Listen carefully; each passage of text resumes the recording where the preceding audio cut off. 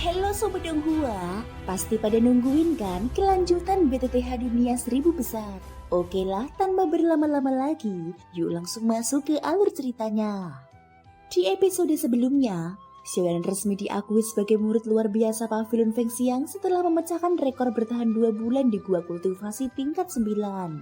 Konfliknya dengan Zhu Yuan, murid terkuat Aula Bumi, kian menguat, menandai benturan antara bakat baru dan otoritas lama. Pembukaan Pavilion Doji, khususnya lantai keempat yang menyimpan teknik tingkat suci, menjadi panggung ujian generasi terbaik. Di ruang inti, 7 murid puncak termasuk Xiaoyan dan Zhu Yuan terpaksa bekerja sama untuk menembus segel kuno. Keputusan Zhu Yuan menyatukan kekuatan semua orang menegaskan resikonya besar. Namun inilah satu-satunya jalan menuju harta utama. Ujian sejati baru dimulai. Keberanian, kendali, dan takdir akan menentukan siapa yang layak melangkah lebih jauh. Bersiaplah. Zhu Yuan terlebih dahulu menyesuaikan aura di dalam tubuhnya. Setelah memastikan dirinya kembali ke kondisi puncak, barulah dia berbicara kepada semua orang di sekitarnya. Bagaimanapun juga, larangan misterius di hadapan mereka sangatlah kuat. Jika bukan dalam kondisi terbaiknya, Zhu Yuan sama sekali tidak memiliki kepercayaan diri untuk menghadapinya. Ya, semua orang menyaut serempak. Sementara sorot mata mereka tampak semakin serius. Mereka semua tahu bahwa penghalang inilah yang berdiri di depan mereka.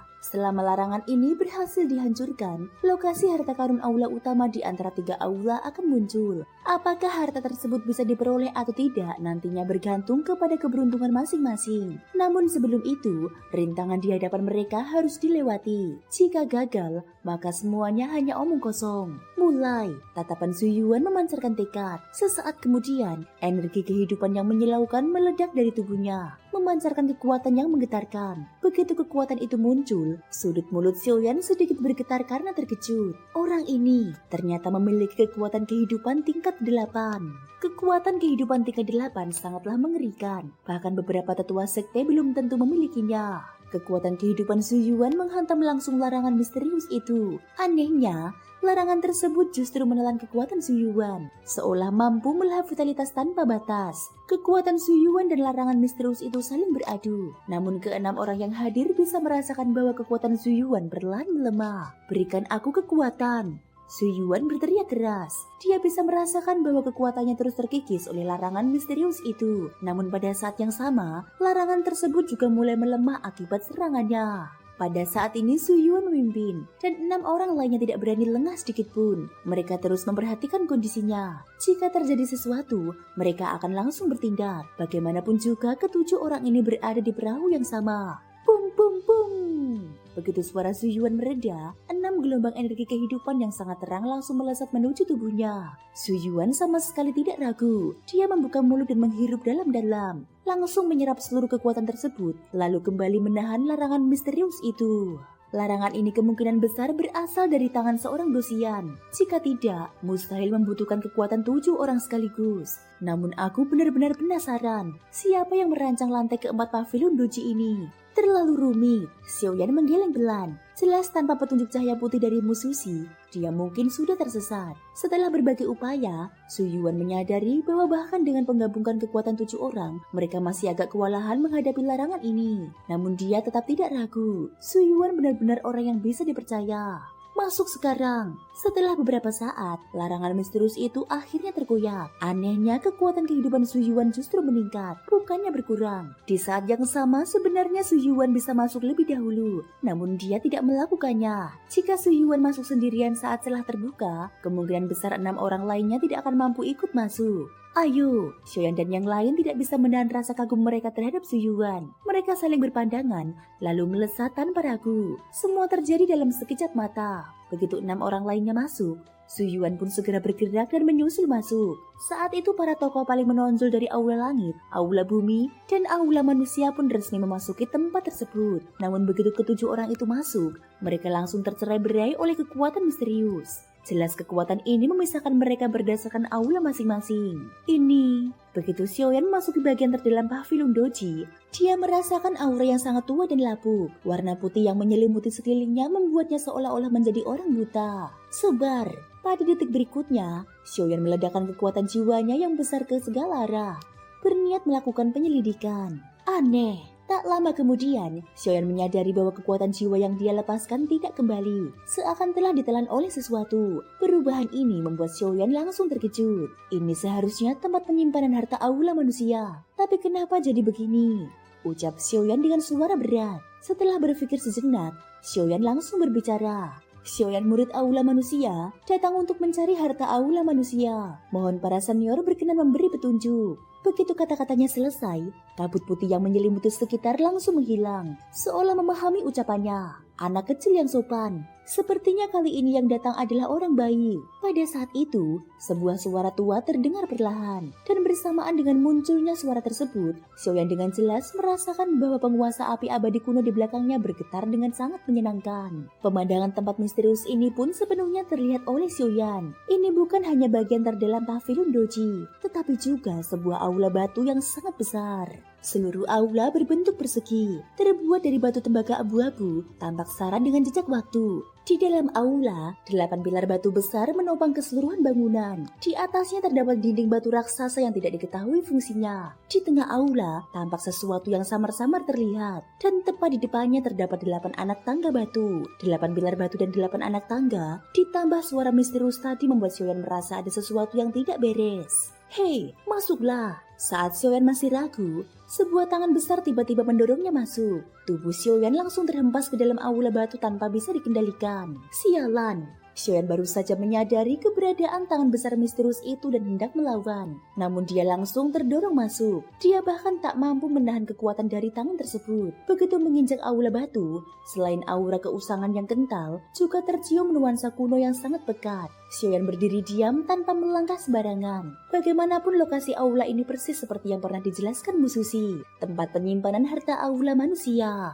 Selain itu, insting Xiaoyan mengatakan bahwa istana batu ini sama sekali tidak sederhana. Jika dia bergerak sembarangan dan memicu mekanisme, kerugiannya akan terlalu besar. Maka Xiaoyan perlahan mengalihkan pandangan dan mengamati aula tersebut. Luas aula ini sangat besar, mungkin mencapai ratusan meter. Susunan 8 pilar batu tampak teratur dan sama sekali tidak acak. Ditambah 8 anak tangga batu yang meninggi di tengah aula, ekspresi Xiaoyan menjadi semakin serius. Nak, siapa gurumu? Tepat saat Xiaoyan mengamati aula, sebuah suara meremehkan tiba-tiba bergema di dalam ruangan. Siapa itu? Xiaoyan terkejut saat mendengar suara tersebut, lalu segera meningkatkan kewaspadaannya. Suara ini sebenarnya baru sekali dia dengar sebelumnya, yaitu saat dia pertama kali masuk ke tempat ini ketika kabut tersibak. Kini suara itu kembali muncul. Dari situ, Xiaoyan hampir memastikan bahwa suara ini memiliki hubungan erat dengan harta aula manusia. Siapa kau? Xiaoyan menatap sekeliling dengan penuh waspada dan berkata dengan nada dingin.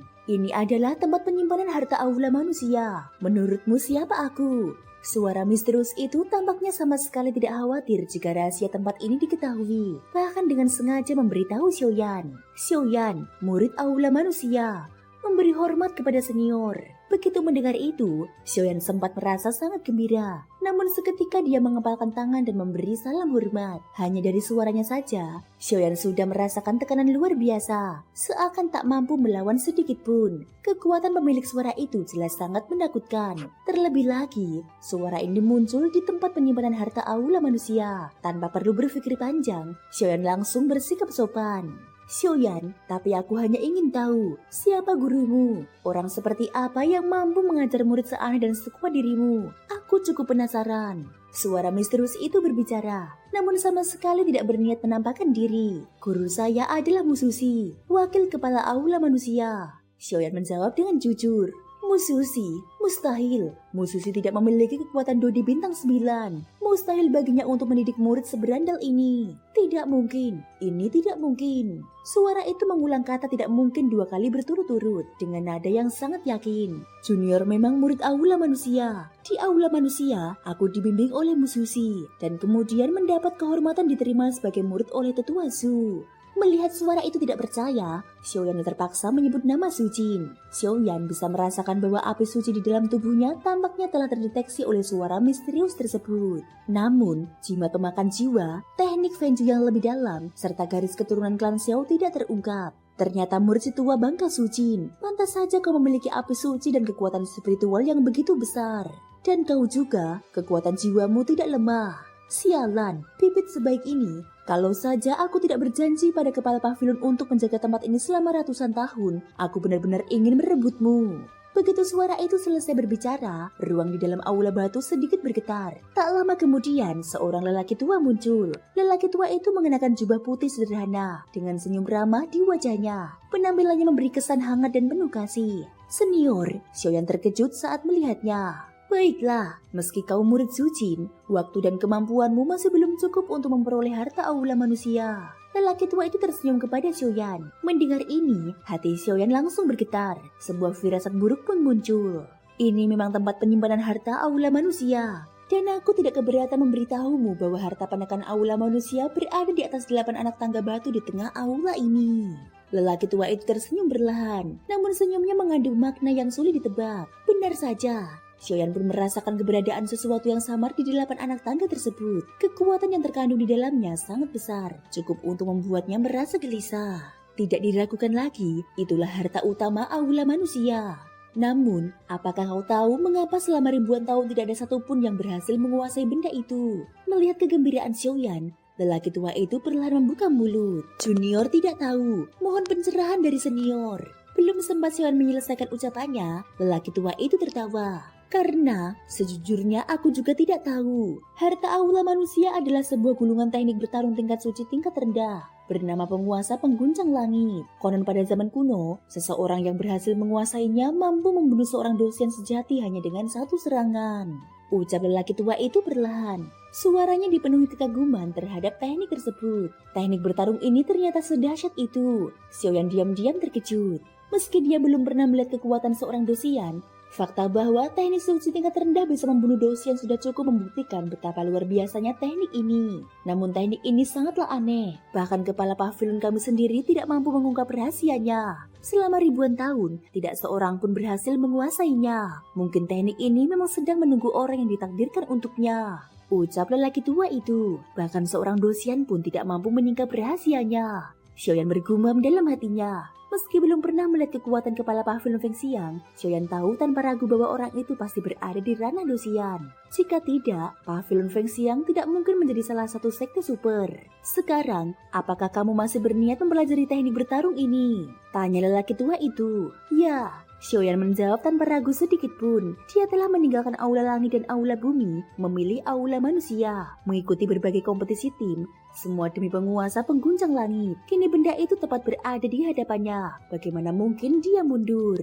Anak yang baik, penuh keberanian. Aku sangat mengagumimu. Melihat tekad yang tak tergoyahkan di mata Xiaoyan, lelaki tua itu berkata puas. Sudah bertahun-tahun aku tidak bertemu anak muda seunggul dirimu. Kuharap kali ini teknik bertarung aula manusia bisa mengguncang seluruh 3 langit Xuanzan, agar nama penguasa pengguncang langit tidak sia-sia. Lelaki tua itu tersenyum. Kalau begitu karena kau sudah memutuskan, mari kita mulai. Namun untuk memperoleh teknik bertarung ini, kau harus melakukan satu hal lagi. Lelaki tua misterius itu tersenyum perlahan lalu menatap 8 pilar batu di sekeliling aula. Di atas 8 pilar batu itu, tampak berdenyut aura yang aneh. Apa? Xiaoyan terkejut. Dia sama sekali tidak menyangka masih ada syarat lain. Dan Mu Sushi tidak pernah menyebutkan hal ini. Sebelummu, sudah ada 312 orang yang masuk ke tempat ini. Namun semuanya gagal tanpa kecuali. Mereka semua gugur di langkah pertama. Lelaki tua itu berkata pelan. Langkah pertama, Xiaoyan semakin bingung. Lelaki tua itu menatap 8 pilar batu dan bergumam seolah berbicara pada dirinya sendiri. Mari kita mulai. Meski aku harus mengakui bahwa kau adalah orang terbaik kedua yang pernah kuliah di aula manusia selama ribuan tahun, aturan tetap tidak bisa dilanggar. Begitu selesai berbicara, lelaki tua itu mengangkat telapak tangannya perlahan. Dan pada saat yang sama, 8 pilar batu yang semula tampak mati tiba-tiba memancarkan aura ganas, seolah hidup kembali. Sial, melihat pemandangan itu, hati Xiaoyan langsung terasa berat. Dia menyadari bahwa setelah 8 pilar batu tersebut aktif, sosok lelaki tua itu menghilang. Sementara itu di dalam aula batu, sebuah aura kuno perlahan-lahan terbangun. Senior, Xiaoyan memanggil dengan suara berat, namun yang menjawabnya hanyalah kesunyian yang mematikan. Pasti ada sesuatu yang aneh dengan 8 pilar batu ini. Baru saja, Xiaoyan jelas melihat kekuatan misterius berkilat di telapak tangan penjaga tua itu. Dan pada saat yang sama, pilar-pilar batu seakan hidup. Namun sekarang semuanya kembali diam tanpa gerakan sedikit pun. Xiaoyan tidak panik meski sosok lelaki tua itu telah menghilang. Sebaliknya dia memaksa dirinya untuk berpikir dengan tenang. Dalam situasi seperti ini, kepanikan tidak akan menyelesaikan apapun. Hanya ketenangan yang bisa membantunya keluar dari masalah. Hei, bocah! Suara lelaki tua itu kembali terdengar, datar dan tenang. Aku tahu kau masih memiliki banyak pertanyaan, namun semua itu harus menunggu sampai kau melewati ujian ini. Jika kau bahkan tidak mampu melewati tempat ini, itu cukup membuktikan bahwa teknik bertarung ini memang bukan untukmu. Mendengar itu, Xiaoyan justru semakin yakin. Menurut perkataan guruku, Raja Naga Emas Jinlong, untuk menguasai penguasa pengguncang langit masih dibutuhkan beberapa hal lain. Dan benda-benda itu seharusnya tersembunyi di dalam 8 pilar batu ini. Begitu kalimat itu terlintas di benaknya, sebuah suara santai terdengar dari dalam cincin penyimpanan. Hehehe, bocah ini ingatannya tajam dan pemahamannya juga luar biasa. Pilihan yang sangat tepat. Itu adalah suara Raja Naga Emas. Saat ini, cincin penyimpanan Xiaoyan sepenuhnya diselimuti kekuatan Raja Naga Emas. Sekuat apapun Xiaoyan, dia tidak mungkin merasakan keberadaannya. Jarak kekuatan di antara mereka terlalu jauh. Bum bum bum. Tepat ketika Xiaoyan hendak bergerak, sebuah tirai cahaya aneh tiba-tiba muncul di sekeliling aula batu, menutup seluruh ruang dalam sekejap. Begitu tirai cahaya terbentuk, firasat buruk langsung muncul di hati Xiaoyan. Api Kaisar Yan meledak di tangannya, menghantam dengan kekuatan dahsyat bagaikan petir. Namun semuanya sudah terlambat. Serangan Xiaoyan langsung menghilang begitu menyentuh tirai cahaya, lenyap tanpa meninggalkan sedikit pun ria. Sialan, tempat terkutuk apa ini? Xiaoyan tak bisa menahan umpatan. Dia dengan jelas merasakan bahwa sejak tirai cahaya itu terbentuk, baik kekuatan maupun persepsi jiwanya sepenuhnya terkurung di dalam aula batu ini. Seolah-olah tirai cahaya tersebut memutuskan hubungannya dengan dunia luar. Situasi ini sangat berbahaya. Belum sempat Xiaoyan berpikir lebih jauh, salah satu dari 8 pilar batu tiba-tiba bergetar hebat dan langsung meluncur ke arahnya. Hanya pilar batu ingin menghentikanku. Xiaoyan mencibir. Dia langsung mengangkat penguasa api abadi kuno di punggungnya. Kekuatan menyilaukan meledak dari tubuhnya, siap menghadapi serangan itu. Namun pilar batu sama sekali tidak peduli. Meski api kaisar berkobar hebat di tubuh Xiaoyan, pilar itu tetap menghantam turun tanpa ragu. Satu pilar batu jatuh dengan kekuatan menghancurkan. Membawa tekanan yang membuat wajah Xiaoyan berubah. Sial, awalnya Xiaoyan mengira pilar ini bisa dengan mudah ditahan menggunakan kekuatan api kaisar dan jiwa miliknya. Namun kenyataan membuktikan sebaliknya. Pilar batu itu jatuh begitu saja. Seolah-olah Xiaoyan sama sekali tidak mengerahkan kekuatan apapun untuk menahannya. Apa sebenarnya benda ini? Xiaoyan mengangkat kedua tangannya tinggi-tinggi. Pilar batu raksasa itu menekan tubuhnya dengan kekuatan luar biasa. Yang membuatnya semakin terkejut. Kekuatan di dalam tubuhnya justru ditekan habis-habisan. Bagaimana mungkin pilar batu bisa menekan kekuatanku? Xiaoyan menggertakkan gigi, menahan tekanan yang hampir menghancurkan tubuhnya. Seakan menyadari bahwa Xiaoyan telah mencoba mengintip rahasianya, pilar batu itu bergetar hebat. Seketika aura kuno penuh keusangan mengalir deras ke dalam tubuh Xiaoyan. Hantaman itu membuat aliran nafas Xiaoyan langsung kacau. Dia bahkan tidak tahu apa yang sebenarnya menyerangnya. Xiaoyan memaksa dirinya berpikir. Ini adalah bagian terdalam lantai keempat pavilion Doji, tempat penyimpanan harta aula manusia. Selama ribuan tahun tak seorang pun berhasil menguasainya. Pasti ada rahasia tersembunyi. Sambil menahan tekanan aura kuno dari pilar batu, pikiran Xiaoyan berputar cepat. Pilar itu kembali menghantam Xiaoyan. Pilar batu itu jelas berniat menekannya hingga hancur. Wajah Xiaoyan pun berubah pucat. Tidak, kalau begini terus, aku bisa celaka. Namun tepat saat Xiaoyan berada di ambang batas, penguasa api abadi kuno di punggungnya tiba-tiba bergetar dan mengeluarkan bunyi nyaring, seolah merasakan sesuatu yang sangat menariknya. Apa? Pada saat yang sama, sebuah pesan mental mengalir ke benak Xiaoyan. Lepaskan perlawananmu. Xiaoyan terkejut. Dia tahu penguasa api abadi kuno memiliki kesadaran tersendiri. Jika benda itu memberi peringatan seperti ini, pasti ada alasannya. Tanpa pilihan lain, Xiaoyan menurunkan seluruh pertahanannya. Dia menarik kembali seluruh kekuatannya, membiarkan pilar batu itu menekannya sepenuhnya. Rasa sakit menyebar ke seluruh tubuhnya, namun dibandingkan penderitaan saat menelan api ilahi ini bukan apa-apa. Pilar batu itu terus menekan, bahkan ketika tubuh Xiaoyan nyaris remuk, dia tetap tidak melawan. Akhirnya, seolah kehilangan minat, pilar batu itu berhenti dan perlahan kembali ke posisi semula. Apa sebenarnya tujuan pilar batu ini? Xiaoyan bergumam pelan. Dia menatap sekeliling. 8 pilar batu, 8 anak tangga. Semuanya tampak saling terhubung oleh suatu pola kuno. Tiba-tiba, suara lelaki tua kembali terdengar. Kali ini dengan nada puas. Bagus sekali bocah, kau menemukan rahasia pilar batu ini dengan sangat cepat. Banyak orang pernah datang ke sini, namun sebagian besar hanya tahu cara menghancurkan. Mereka lupa satu hal, terkadang menyerah juga merupakan sebuah keahlian. Sosok lelaki tua itu berada di atas aula batu. Setiap gerakan Xiaoyan terlihat jelas olehnya. Namun anehnya, Xiaoyan sama sekali tidak bisa melihat keberadaannya. Tapi jangan salah, apa yang kau lewati barusan hanyalah tingkat pertama yang paling mudah. Ujian sesungguhnya baru saja akan dimulai. Suara tawa bergema di udara. Untuk mendapatkan hak melihat harta penekan aula manusia, kau masih harus membuktikan dirimu. Xiaoyan menghela nafas dalam. Benar saja, tempat ini tidak sesederhana kelihatannya. Gumam Xiaoyan, dia menggenggam erat penguasa api abadi kuno. Tatapannya kembali tajam, tertuju pada 8 pilar batu. Perlahan, warna pilar-pilar itu berubah. Aura kuno yang lebih dalam mulai bangkit. Ujian sesungguhnya dimulai. Thank you guys sudah mendengarkan ceritaku di episode kali ini sampai akhir. Ikutin terus kelanjutan episode berikutnya ya. Terima kasih buat kalian semua yang udah subscribe, like, dan komennya. Semoga hari kalian menyenangkan. Sampai jumpa dan bye-bye.